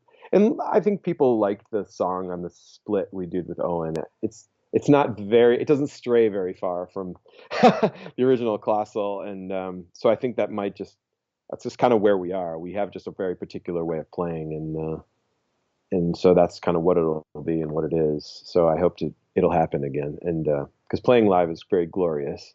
It's wonderful. Like the people who came out to that show in San Francisco, it was incredible. There were people from like across the nation and people from Canada who came just to see us. It was a mind blower. I know, and it probably felt like it was like 2 seconds long too, and you're like, shit, it's our last song already. Oh my God. Dude, totally. Like, people wanted us just to replay songs because, we played only the songs that we had rehearsed, and because we hadn't played in 11 years. So we picked whatever songs, 10 or 12 songs, or maybe less even, but yeah, 10 songs or something, and played them. And that was that. We didn't even play an encore. It could have been better planned. I think I saw one time that band, my God, the Anthony Green from Circa Survives for Seosin. They got back together and played, and they came back and did an encore with a song they had already played earlier. And they're like, "We're just gonna do this." And they're like, "All right." I was like, I guess that could happen because I mean, if everyone's so excited to see you, they're just like, "Fuck it, do it again." It's just like, this is all we got. This is all we're gonna get. I think they did that in the early days. I think the Beatles and all that back in the 60s and 70s. There's a Smiths video from like 84 or 85 when they're playing Germany, and they play This Charming Man again. They play it twice, and they're sad just because everyone wanted to hear it, and that was like their single or whatever. Those days are gone, I think. Well, right, it's much weirder for bands to do that these days. Yeah. Oh, yeah. People be like, no, it's fine. We don't need an encore. Just go. Oh, I Just know. go. Well, at least it have a cover song or something. Yeah. I don't know. It's in the beginning. I think I kind of made up a rule for myself: is you never end with a cover. Yeah, that's true. You're right. That's a good Yeah. point. It was like, oh, I think we had to do it one time because we didn't. I think we had played everything. We came out and did it. I don't remember what the fuck this was. But yeah, I was like, oh, no, you can't do that. It's like wearing the shirt of the band when you're going to see them live. It's like you can't do that either. You Yeah, never that's one be of that those guy. rules. You can't be Yes. that Well, you're guy. from New Jersey. You're from New Jersey, but there's also the no shorts on stage rule. But I think that's I well, love that's I love that you said that because we played. I think people listening will probably laugh at that too. We played a reunion 2 years ago, and because of this podcast, I was the second interview in. I interviewed Heath from Midtown, and it started a conversation with Rob from Midtown, and he was like, "Hey, did you guys? I can't ever find the Lamar shit. Can I put it out?" And I was like, "Yeah." And then it just started another conversation. So we played a show, and awesome. I always wear shorts, and I was wearing camo cargo shorts on stage, and so the fact that you said that, I've never played with pants. Oh, actually, no, I can't say that. I have played with pants. I can't move.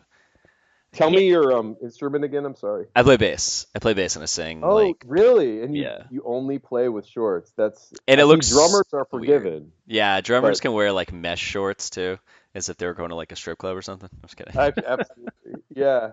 No, and like punk rock and hardcore, it's all out the window, and these are sort of rock and roll rules, but it just doesn't really look very becoming. It It just doesn't. doesn't It does not. It doesn't travel no. well in photographs. Yeah. No, that's a great point because I saw the video and I was like, oh shit.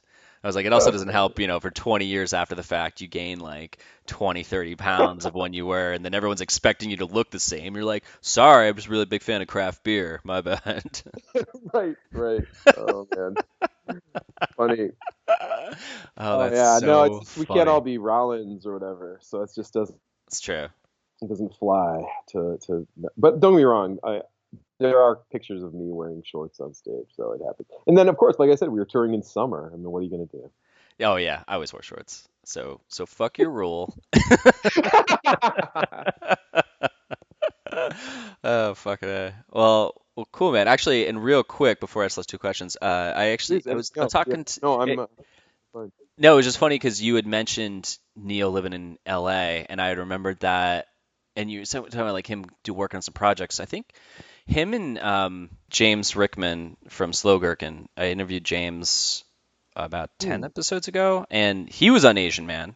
Slow Gherkin was Asian Man. Yeah, So yeah, it was yeah. just interesting to me, the connection there again. Just the you Asian man, like record label guys, like kind of just live in this little incestuous thing. But Rickman James is doing some. I think he's playing some stuff with Neil. I think. Oh wow, I think cool. Yeah, he that's mentioned totally that. possible. Yeah, because he's living out in LA, so they get together and Yeah, play. I know that Neil is. I don't know what I can talk about with all this stuff, but I know I believe he's played with the Joey from Lagwagon, Wow. and maybe some other Lagwagon guys. And I know just yeah, he's found a like kind of a group out there that he plays with. I mean, like just of different performers that he'll do session stuff with or their solo projects, and he's just finding different types of work out there. I don't know really, but I know that he like has a very regular gig, like working on people's records and stuff out there, and he's trying to find his way doing that. It's lovely. But yeah, I talk to him pretty frequently, and it was cool that the Lawrence Arms got to put their record out this year, and 'cause it was a very cool record, and so I'm happy that they had some strange momentum even during these times. Yeah, I think Brennan's podcast definitely helped that. That was the whole point of it. Yeah, Lead up to, which was brilliant. I think any bands out there, I think more bands should, if they have multiple albums, even just a couple, just do like a couple episodes, even break down a song per episode, because it's so fascinating to hear that whole story. I mean, they would turn Like they turned fucking Oh Calcutta Yeah, into like 4 episodes that were I like know. 3 hours long each, and I was just enthralled the whole time because they're talking about an era that we all the names come up or bands come up just like in this conversation where you're like, oh yeah, yeah, it just keeps you engaged in it and it helps you remember stuff. But I just think No, so many more bands should just do that stuff. It's so interesting to listen to. it wouldn't be cryptic then, would it? It wouldn't be crypt. That's right. See, you guys can't do it. This is the most you should do. This and that other interview, apparently you did. We would be breaking the first rule of Colossal, which is don't discuss Colossal. Yeah. You're actually after this, you'd be like, all right, that whole part about the album covers, you can't put it in because people cannot know what that shit's I about. know, I know. Yeah, my secret's revealed. We've ruined it. Yeah, right. Yeah. Isn't that funny? Yeah, I listened to a lot of those. Like, I probably listened to that whole old Calcutta run, and yeah, I mean, I definitely listened to all the like pre-band episodes, like Broadways and Oh yeah. slapstick and stuff. Just 'cause, like it was, I was around for all that stuff. I believe at the first practice where Brendan came to practice with slapstick.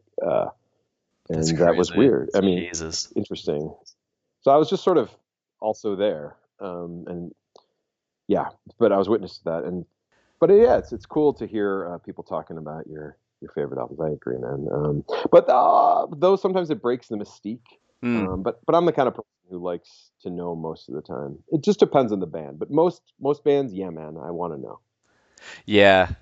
And actually, I will say something really funny, just because of we're talking about Brendan. So he's talking about a story. You said Broadways. He's talking about a story where the Broadways are playing. This kid comes in and he's like, "Hey, where's that slapstick band?" And the guy points to Brendan, and then Brendan's like, and the kid just starts to cry. So Right? he told that. So I interviewed him like episode 32, and he told that story. And then he's telling that story to Tim, his co-host, and he goes, "I know I told this recently." And I'm listening, going, "It was my fucking podcast." It was me. I was like, "I think it was me. I'm sure you've had more interviews." But yeah, I'm sure you're talking Yeah, to more I've people. heard that. I've heard that. I had heard that one before. Yeah, that's fucking Yeah, I don't funny. know if you brought this one up. They always used to tell this story about like I believe they played with Propagandhi out in like Fresno, and this was like Propagandhi. I believe I don't remember where they were, but they were like vegan and very animal rights positive, and people were like throwing raw meat at Propagandhi and stuff. Yeah, Yeah, it's like a third hand story, but like I remember that was one that they used to always tell. Um, yeah. So that see yeah, well, again, that's like the thing is that with we were talking about documenting this stuff is that that story I had just heard him tell that in the Left and Leaving episode on his podcast, and I'm thinking how many times does a story like that get told in other interviews where everyone's like, "Oh, interview this person." You're like, "Why would I?" The person who's talking like the most and you're telling the story over and over again. It's like only so many stories you can have, or it's gonna be repetitive. But it's like talking to people who haven't gotten so much of a chance all the time, and it's like that's way more fascinating to me because it's like, shit, I haven't told this story, or I've never told this story out loud. Like when someone says that, I'm like, oh my god, this is amazing. I don't know, just to document that somewhere. So now it's like cataloged out there in the interwebs or some shit. yeah, and it's got power. It's got a lot of power too, and for a kind of a what I mean, it's very important. I mean, this stuff's very important in my life, like the the Elgin birthed scene that turned into the Chicago thing.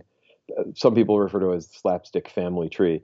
That's all really important to me, Mm. but it's really like a micro scene when it comes down to the world history of music.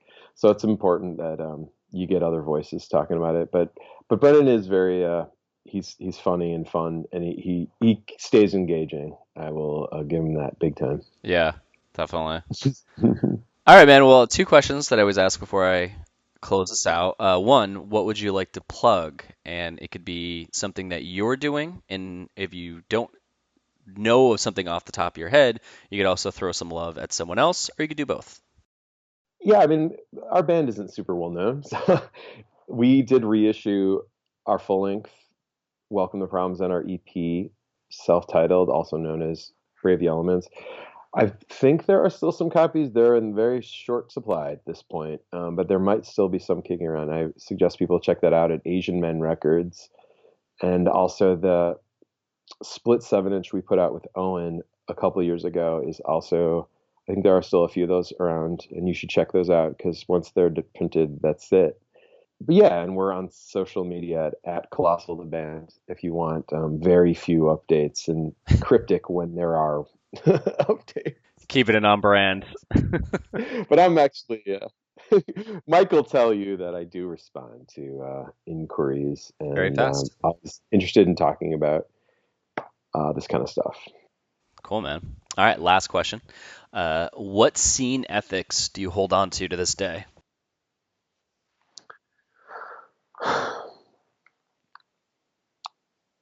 Um, I I guess it's really just the homegrown and personal side of punk and DIY that I hold on to the most. Like I value the handmade and the unique and something that had real sweat put into it over the mass produced, and the kind of like overtly commercial. That's really it. It's really sort of seeing the people and the process behind the work of whatever it is. And that's why I end up favoring things, not on purpose.